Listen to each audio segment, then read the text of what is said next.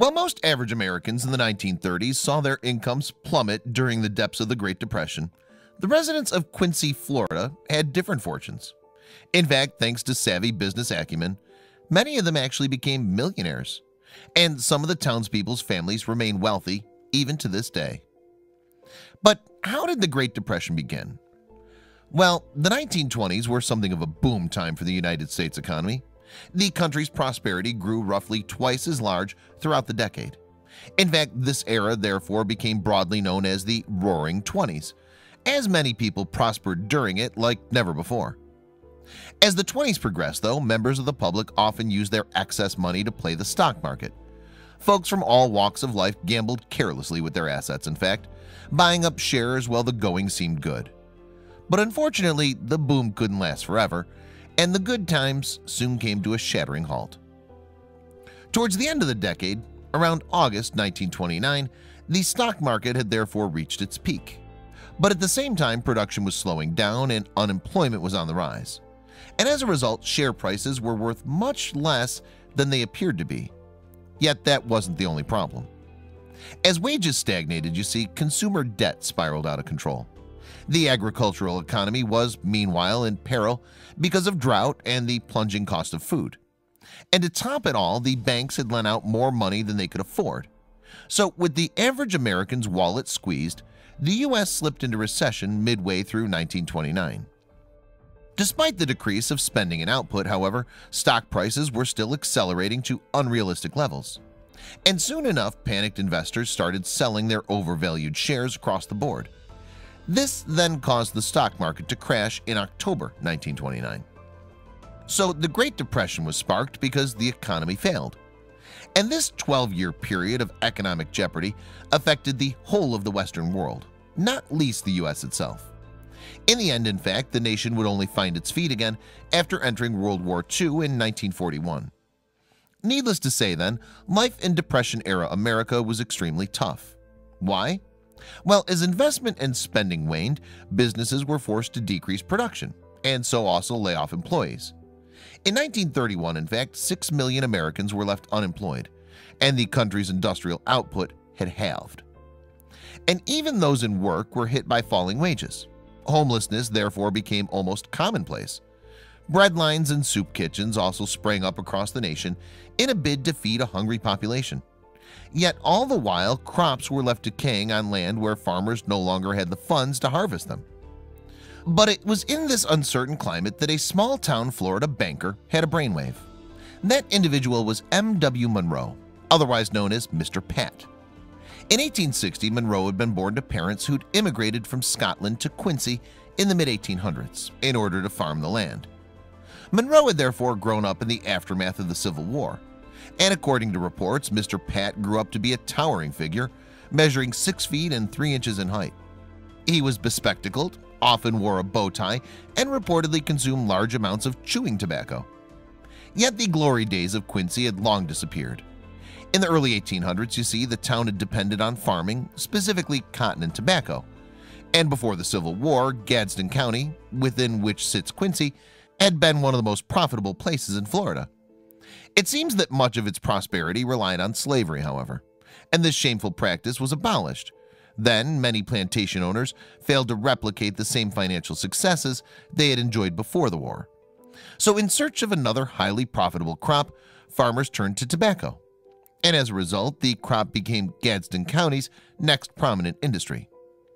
This was also seemingly good news for Monroe, who subsequently thrived in these post-war conditions. He became Quincy State Bank president, for one thing, and therefore had great influence over the area's tobacco farmers. And he also changed the fortunes of the area in a most unexpected way. Through his work, you see, Monroe was linked to an Atlanta-based entrepreneur by the name of W.C. Bradley. Bradley was at the time a major stockholder in the Trust Company, and in 1919 the Trust Company was one of many buyers to snap up shares of Coca-Cola after the drinks company went up for purchase for $25 million. Contemporary shares in Coca-Cola cost $40 each, but that price soon plummeted to $19 after the company clashed with sugar providers and bottlers. And it was then that Monroe spotted an opportunity. The banker reportedly noted that even as the Great Depression took hold, Quincy locals continued to spend what little money they had on Coca-Cola. The popularity of the product apparently signaled to Monroe that the problems facing the company would not last, and so he urged his neighbors to follow his lead and invest. Monroe was confident that by snapping up Coca-Cola shares while they were at their lowest, people could secure their financial futures. Plus, the company offered solid returns on capital, and so reportedly up to 67 local families put their trust in Monroe and invested in shares. At the time of the stock market crash in 1929, Coca-Cola was earning more than $10 per share, and as the Great Depression grew worse, the company mostly maintained a similar figure. In 1933, when the economy was really in tatters, Coca-Cola shares were even still capable of bringing in more than $8 a share. More importantly, though, shareholders saw their dividends increase during the Depression. In 1929, for instance, payouts per share were $4.90, but in 1933 they'd risen to $6. As a result, the Quincy residents who'd bought shares had some form of wealth throughout the period. It was this Coca-Cola money that helped to keep Quincy locals in work throughout the Depression too. It also allowed many residents to keep their homes. And when shares were inexpensive, some could even afford to invest more in the drinks company. But it wasn't just individuals who benefited from Monroe's savvy financial advice. Indeed, the Coca-Cola shares could have been credited by some with keeping Quincy itself going throughout the period.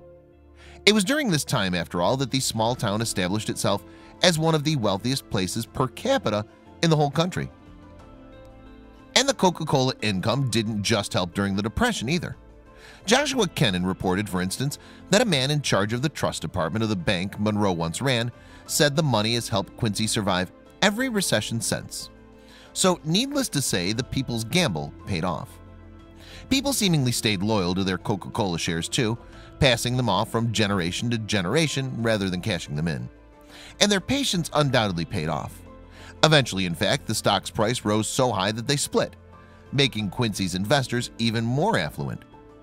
No one would dream of selling the Coca-Cola shares or of letting their heirs sell, said the erstwhile president of Quincy State Bank, W.C. Bud Branson, speaking in 1988 to Coca-Cola's internal publicity, Journey. They said, "You can sell anything else, but not the Coca-Cola stock. It's been too good to us."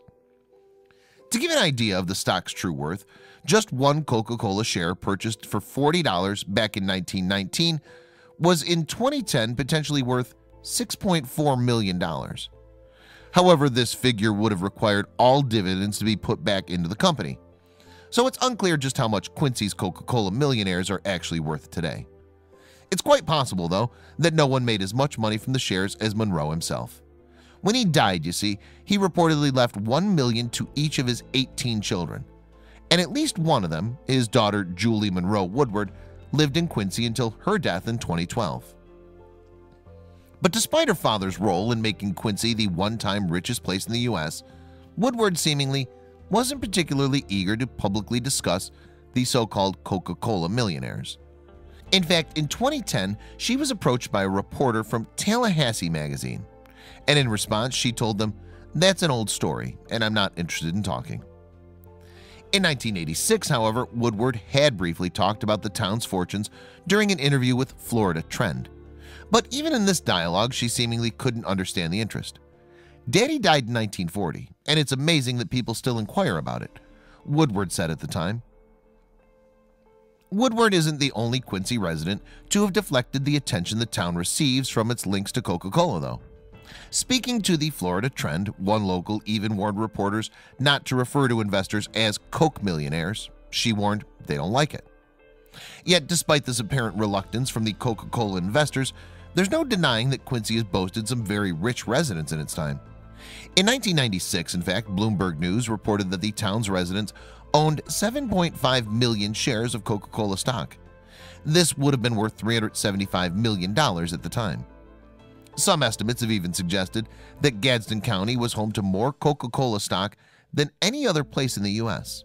Another report also said that Quincy residents at one point claimed a massive 68% of that stock.